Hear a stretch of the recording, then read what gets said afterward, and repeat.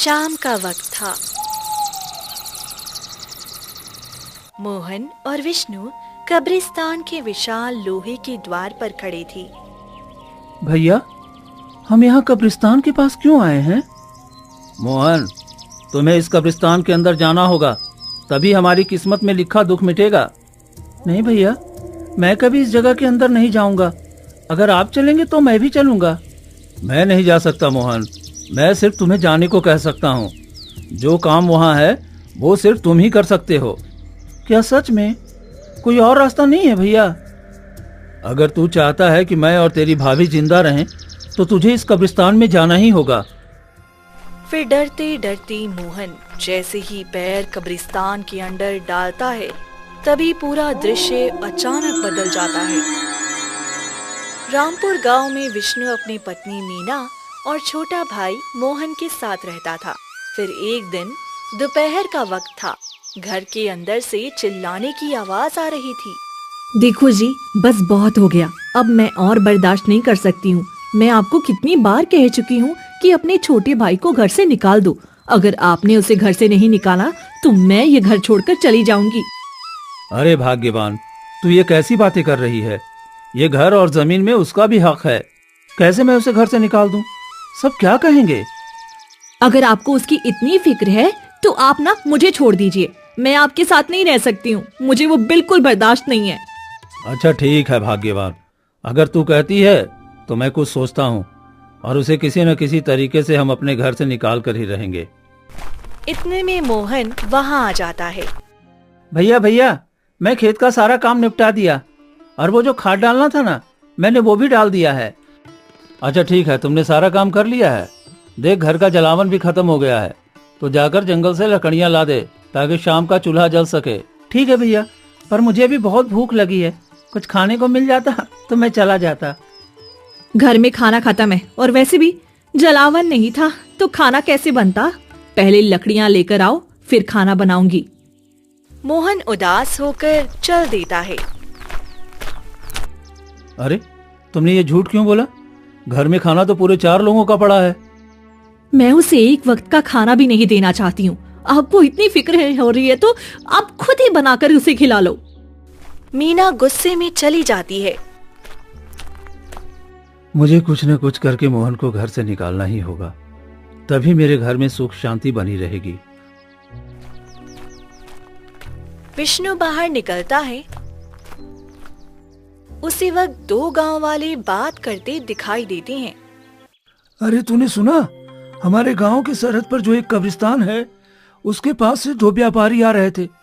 सुना था कि 2 दिन वो उसी कब्रिस्तान में रहे और अचानक वो पागल होकर वहीं पर मर गए। ये तुम कैसी बातें कर रहे हो पंकज? भला ये कैसे हो सकता है? आखिर वो कब्रिस्तान में पागलों की तरह कैसे था और मर कैसे सकता है? तू नहीं जानता, हमारे दादाओं ने कहा है उस कब्रिस्तान में एक माँ बेटी की आत्मा रहती है और कई वर्षों से वही है। जो भी वहाँ जाता है उसके मन को वश में कर लेती है और उससे अपना मनचाहा काम करवाकर उसे मार देती है। फिर तो वो बहुत खतरनाक आत्मा है। अगर वो हमारे गांव में आ गई तो पता नहीं हमारा क्या हाल करेगी। नहीं, वो हमारे गांव में नहीं आ सकती भाई, उसकी सीमा बंधी है। वो कब्रिस्तान से बाहर नहीं निकलती।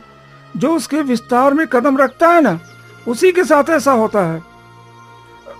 मुझे तो ये सुनकर ही रोंगटे खड़े हो गए। चल भाई, अब ये बात बंद कर। दोनों चले जाते हैं। ये सब विष्णु सुन लेता है। अच्छा, तो कब्रिस्तान का ये राज है। मिल गया रास्ता, मुझे अपने भाई से छुटकारा पाने का रास्ता। वो घर आ जाता है। वहीं दूसरी तरफ मोहन जंगल में लकड़ियाँ काट रहा होता है। तभी एक साधु वहाँ प्रकट हो जाता है। तो लकड़ी काट रहा है? अरे तेरी किस्मत अब बुरी तरह से बर्बाद होने वाली है। चला जा यहाँ से। अब क्या बोल रहे हैं साधु महाराज? मैं ठीक हूँ और मेरे भैया भाभी भी ठीक हैं। आपको क्या हो गया है? जिस भैया भाभी का नाम जप रहा है वही एक दिन तुझे मृत्यु के द्वार पर भेजेंगे। उन्हें त्याग दे और घर वापस कभी मत जा। नहीं, मेरे माता पिता तो बचपन में ही मर गए। भैया भाभी ही मेरे माँ बाप का प्यार दे रहे हैं। मैं उन्हें कभी नहीं छोड़ सकता हूँ। मोहन वहाँ से चला जाता है। इतना प्रेम करता है ये अपने भैया भाभी से, यही प्रेम इसके गले का फंदा बनेगा। मोहन घर लौट आता है।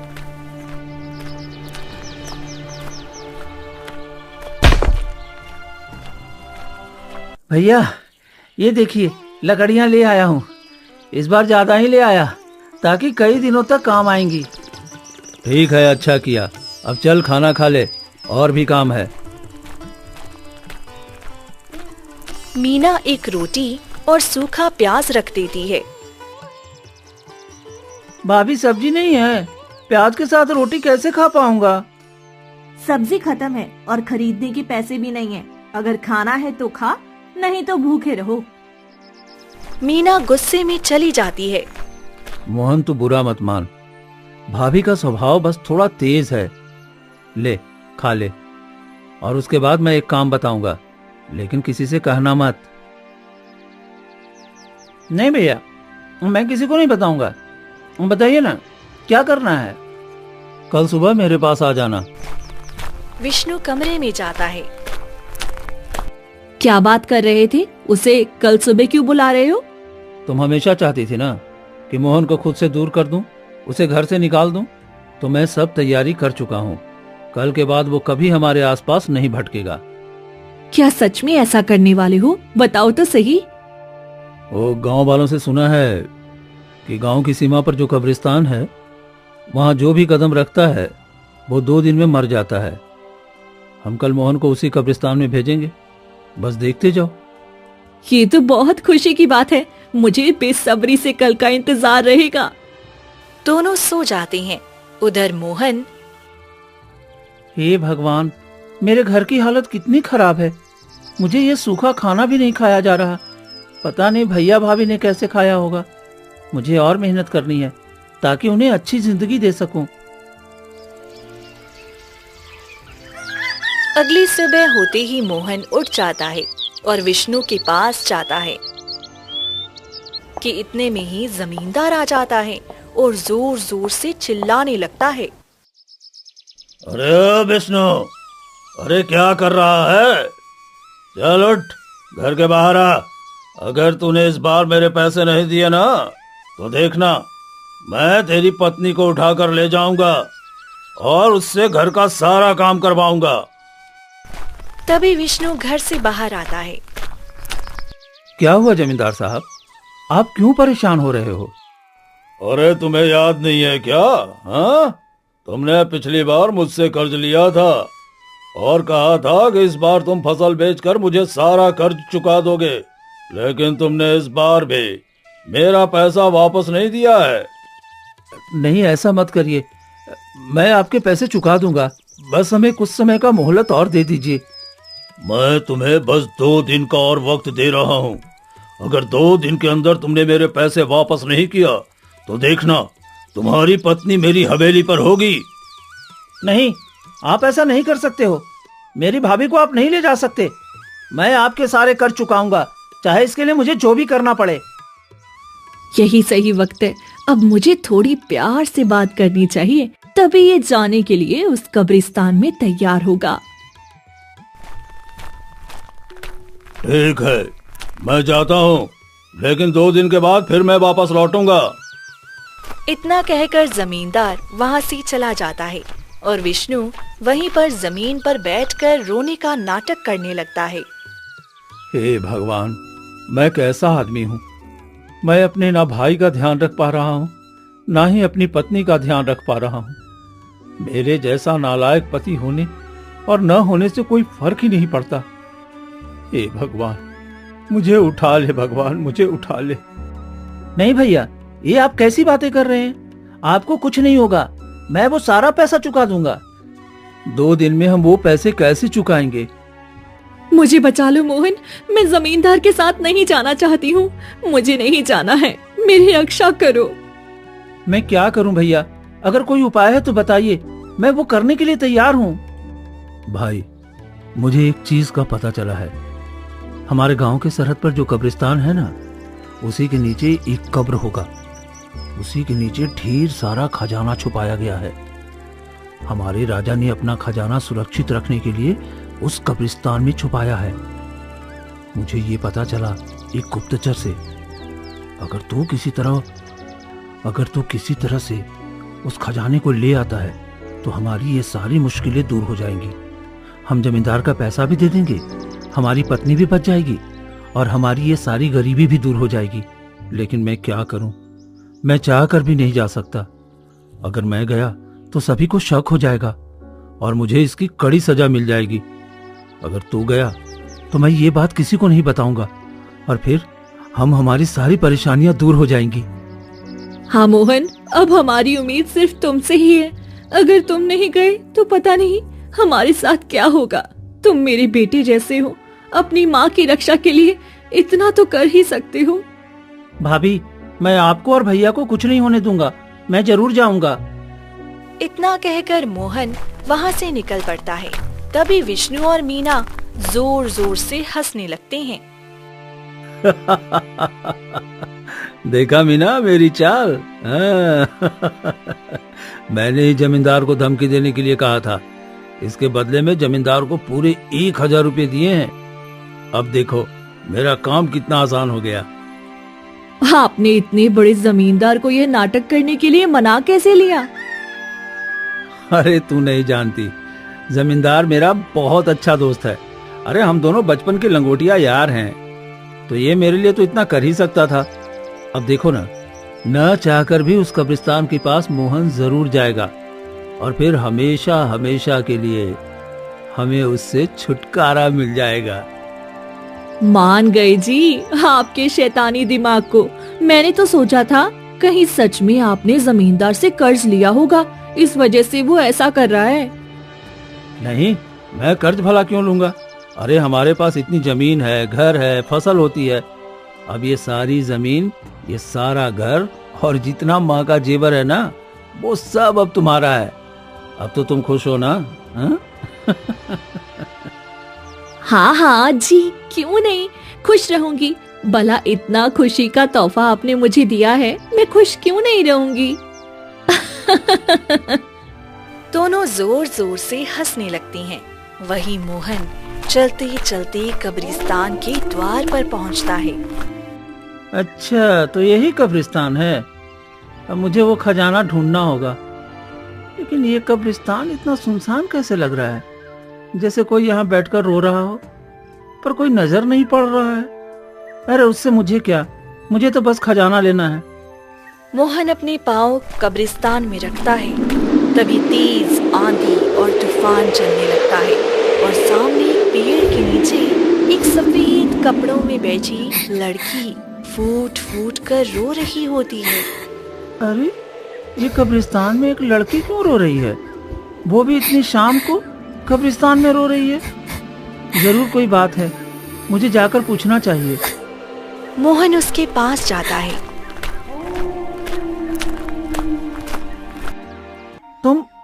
तुम कौन हो?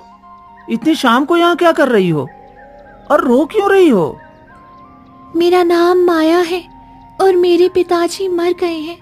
इस दुनिया में मेरा कोई नहीं है। इसी वजह से मैं अपने पिताजी की कब्र के पास आकर हर शाम रोती हूँ। अब जो जाने वाला है उसके लिए रोने से क्या फायदा है? तुम्हारे पिता अब दुनिया में नहीं है, ये जानकर मुझे बहुत अफसोस हुआ।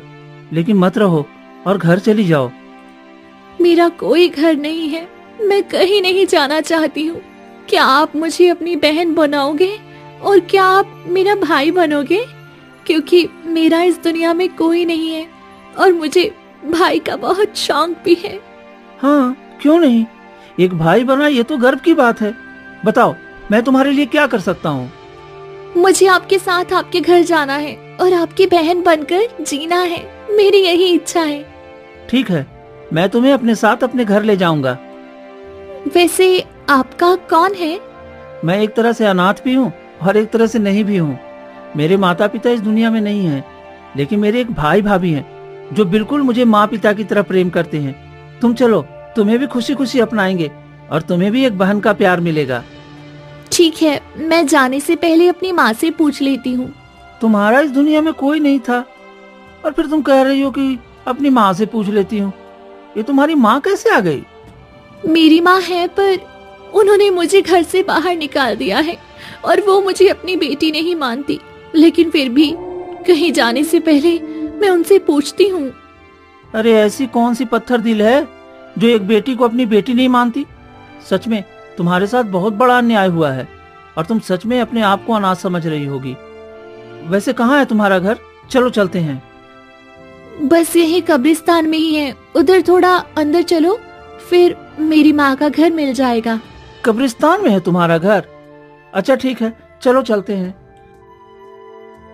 मोहन माया के पीछे पीछे थोड़ा और अंदर जाता है। तभी एक कोने में बहुत ही बड़ा और सुंदर महल दिखता है। अरे इतना बड़ा और सुंदर घर, वो भी कब्रिस्तान में, और ये अपने आप को अनाथ कह रही है। भैया आप यहीं बैठो, मैं आपके लिए कुछ खाने को ले आती हूँ। आप बहुत भूखे होंगे ना? हाँ, मैं कई घंटे से सफर कर रहा हूँ, मुझे भूख तो लगी है। अगर कुछ मुझे मिल जाता तो अच्छा ही रहता। फिर माया घर के अंदर चली जाती है और कुछ ही देर में तरह तरह के पकवान लेकर बाहर आती है। अरे ये अपने घर से इतना सारा पकवान लेकर आई है, ये तो मैंने कभी देखा भी नहीं था। और ये अपने आप को अनाथ और गरीब कह रही है।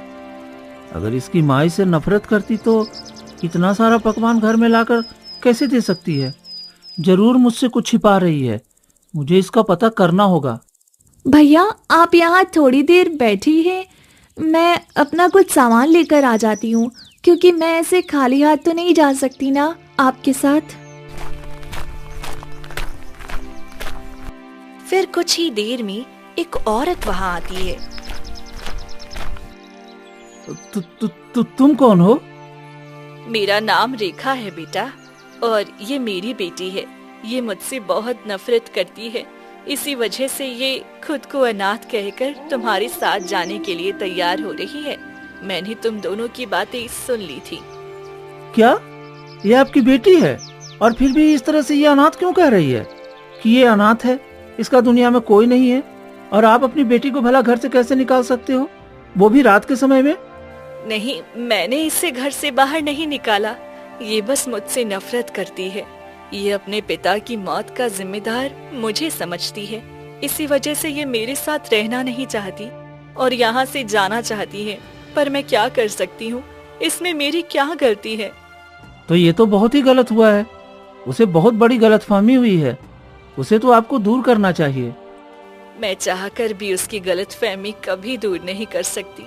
उसे बचपन से ही एक भाई बहुत पसंद था और वो अपना भाई पाना चाहती थी, लेकिन मैं उसकी ये इच्छा पूरी नहीं कर पाई।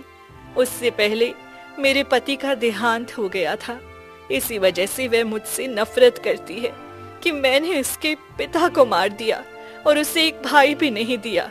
इसी वजह से वह मेरे साथ रहना नहीं चाहती और बहुत नफरत करती है।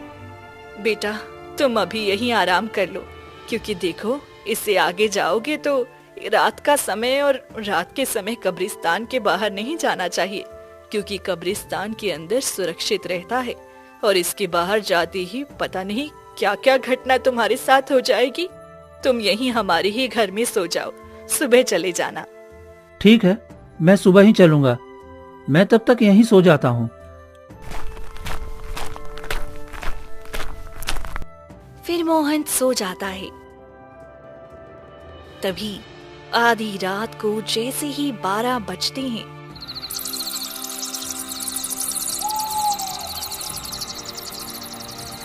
महल अचानक से गायब हो जाता है और रेखा और माया दोनों अपना भयानक रूप ले लेती हैं और जोर जोर से हंसने लगती हैं। हमारा बकरा फंस गया, अब तो हमारी इच्छा पूरी हो जाएगी बेटी। हाँ माँ, हमने जैसा सोचा था बिल्कुल वैसा ही हुआ। अब इससे हम वो काम करवाएंगे जिसके लिए हमने इसे भ्रमित किया है। अब बताओ माँ, हम क्या कर सकते हैं? जिससे कि हम इस कब्रिस्तान में नहीं बल्कि पूरे गांव पर राज कर सकें। गांव में भी हम जाकर अपना खौफ सबके दिलों में जगा सकें। चिंता मत करो बेटी, वो दिन भी अब नजदीक है। मैंने एक अघोरी से कहते सुना था कि गांव के पंडित के पास एक ऐसी काली शक्ति का किताब है, अगर वो किताब हमें मिल जाए तो हम सर्वशक्तिशाली हो जाएंगे और फिर हम जहाँ चाहें वहाँ जा सकते हैं। तब तो ठीक है, फिर सुबह होते ही हम इसे उस पंडित के पास भेजेंगे। चलो अब हम आराम करते हैं, थोड़ी देर बाद सुबह हो जाएगी, फिर हमें इसे अपना नया रूप भी दिखाना है। हाँ बेटी, क्यों नहीं। फिर गहरे अंधेरे के बाद सुबह होती है और सूरज की पहली किरण निकलते ही फिर से वहाँ पर महल बन जाता है और मोहन की नींद खुल जाती है।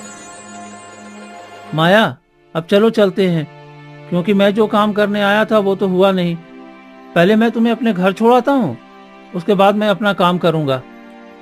भैया, मैं आपके साथ जाने के लिए तैयार हूँ, लेकिन उसके लिए आपको मेरा एक छोटा सा काम करना होगा। ठीक है, ऐसा क्या काम है बताओ, मैं करने के लिए तैयार हूँ। इस गांव के पंडित के पास एक किताब है जो कि काले रंग की है। आपको वो किताब लाकर मुझे देनी होगी, फिर मैं आपके साथ चलूंगी। भला पंडित के पास ऐसा क्या किताब है, और तुम किस पंडित की बात कर रही हो? देख बेटी, तू इसे अपना भाई मानती है और इसके साथ जाने के लिए तैयार भी है, लेकिन ये तुम्हारे लिए वह किताब भी नहीं ला सकता है जिससे तुम्हारे पिता की आत्मा को शांति मिल सके। इसीलिए कहते हैं कोई अपना नहीं है इस दुनिया में। वो तो मेरे मामा हैं, वो तो पूरे गांव वालों की मदद करते हैं और मैं उनसे वो किताब नहीं ला सकता हूँ। वो भला मुझे किताब क्यों देंगे? भैया, आप मेरे लिए इतना नहीं कर सकते हो तो फिर मेरी भाई शब्द पर से उम्मीद टूट जाएगी। ऐसे मत करो भाई। अच्छा ठीक है, तुम्हें वो किताब चाहिए तो मैं वो लेकर आता हूँ। फिर आधे मन से मोहन वहाँ से निकल पड़ता है और गांव की तरफ आ जाता है और जैसे ही पंडित के घर पहुँचता है। अरे मोहन बेटा, तू यहाँ क्या कर रहा है? और सब बता, तेरा भाई भाभी सब कैसा है? मामा, सब तो बहुत अच्छे हैं और मुझे आपकी बहुत याद आ रही थी, इसलिए आपके पास आ गया। आप ठीक हो? हाँ, सब ठीक है बेटा, बस इन दिनों गांव में कुछ ज्यादा ही परेशानियां चल रही है, उसी काम में लगा हूँ। मैं आपकी कोई मदद कर दूँ? हाँ, बस देख ले, मेरे अंदर जो कुछ किताबें हैं उन किताबों को ठीक करके रख दे, क्योंकि मुझे अभी जमींदार के पास जाना है और उसके बेटे का नामकरण भी करना है, तो मुझे आने में थोड़ा वक्त लग जाएगा। क्यों नहीं मामा, मैं अच्छे से कर दूंगा, आप बेफिक्र होकर जाइए। ठीक है बेटा। फिर पंडित चला जाता है। यही सही वक्त है, मुझे जल्दी से वो काली किताब ढूंढना होगा। मोहन जल्दी जल्दी सभी किताबों को छानता है, तभी उसकी नजर एक काली किताब पर जाती है। लगता है यही वो किताब है, इसका पन्ना और सब चीज सही है, यानी कि यही किताब वो लोग मांग रहे थे। अब मुझे जल्दी से किताब लेकर जाना चाहिए। मोहन किताब लेकर कब्रिस्तान की तरफ निकल जाता है, तभी पंडित वहाँ आ जाता है। ये क्या, मोहन कहीं दिखाई नहीं दे रहा है, कहाँ है? लगता है किताब ठीक करके चला गया होगा। इतना कहकर पंडित जैसे ही घर के अंदर जाता है। अरे अरे, ये क्या, ये अघोर तंत्र विद्या की किताब कहाँ है? अरे नहीं, ये नहीं हो सकता। अगर ये किताब किसी गलत हाथों में लग गया तो पता नहीं इस गांव पर क्या विपत्ति आ जाएगी। अगर मोहन ने ये किताब लिया है तो जरूर वो कब्रिस्तान में गया होगा। मुझे उसे रोकना होगा, क्योंकि वो किताब सिर्फ कब्रिस्तान में ही ले जा सकता है। वहीं दूसरी तरफ मोहन किताब लेकर तेजी से कब्रिस्तान की तरफ बढ़ रहा होता है। अब बस मुझे जल्दी से ये किताब देकर ये काम खत्म करना है। और जैसे ही मोहन कब्रिस्तान में पांव रखने वाला होता है कि तभी पंडित सामने आकर खड़ा हो जाता है। अरे रुक जा मोहन, तू क्या कर रहा है? मामा जी, आप यहाँ? क्या हुआ? सब ठीक तो है ना? तुम ये तंत्र विद्या का किताब लेकर कब्रिस्तान में क्यों जा रहे हो?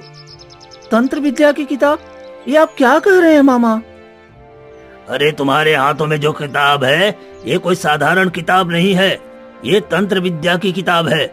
अगर किसी गलत हाथ में चला गया तो इस पूरे गांव और आसपास के राज्य पर बुरा असर पड़ेगा। सारी कब्रिस्तान की शैतानी ताकत जाग जाएगी। नहीं नहीं, मुझे ये सब नहीं पता था। ये तो कब्रिस्तान में माया और रेखा नाम की माँ बेटी ने मंगवाया था मुझसे। इस किताब की सारी सच्चाई भी मुझे नहीं पता है। अरे ये माया जाल था, वो गांव के सभी व्यक्तियों को फंसाती है, और अगर मैं सही वक्त पर ना आता तो वो तुम्हें भी मार देती और पूरे गांव में मौत की तांडव करती। आज बाल बाल बच गया। चल यहाँ से, ज्यादा समय यहाँ रहना तुम्हारे लिए ठीक नहीं है। तभी माया और रेखा प्रकट होती हैं। पंडित रुक जा, तू ऐसा नहीं कर सकता है। ये किताब मुझे दे दे और चला जा यहाँ से, वरना मैं तुम्हें जान से मार दूंगी। तुम दोनों तो आत्मा हो और तुमने मुझे धोखा दिया। मुझे वो तंत्र विद्या की किताब चाहिए। नहीं, मैं खुद की जान खतरे में डाल सकता हूँ, पर पूरे गांव की जान खतरे में नहीं डाल सकता हूँ। मैं तुम्हें ये तंत्र विद्या की किताब कभी नहीं दूंगा। रेखा हमला करती है। तभी पंडित एक मंत्र पढ़ने लगता है, जिससे माया और रेखा का शरीर जलने लगता है। नहीं नहीं, तुम पंडित ऐसा नहीं कर सकते हो। मैं फिर आऊंगी और ये किताब हासिल करके रहूंगी। इतना कहकर माया और रेखा वहाँ से गायब हो जाती हैं। तुम यहाँ क्यों आए हो बेटा? यहाँ कोई भी इंसान को आना मना है। मामा, आपसे क्या छुपाना, आप तो जानते हैं हमारे भाई और भाभी बड़ी मुसीबत में थे। उन्होंने कहा था इसी कब्रिस्तान में राजा ने एक धन छुपाया है। मैं वही धन लेने आया था। अरे तू कैसी बातें कर रहा है?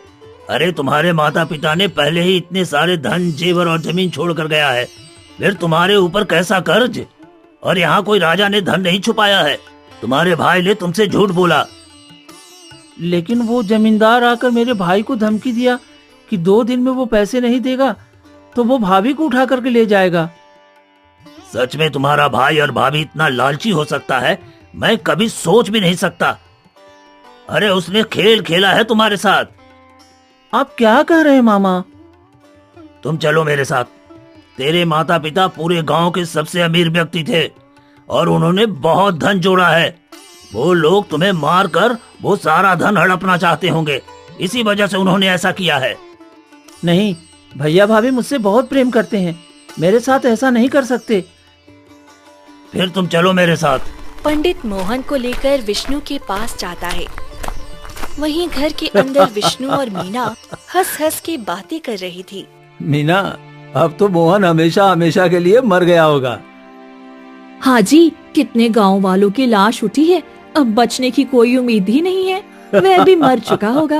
अब माँ जी का जितना भी जेवर है और ये जमीन, घर सब हमारा हो गया। हाँ, अब हम इस गांव के सबसे धनी व्यक्ति बन गए हैं और हमारे भाई को पता भी नहीं है कि वो गया है धन लाने।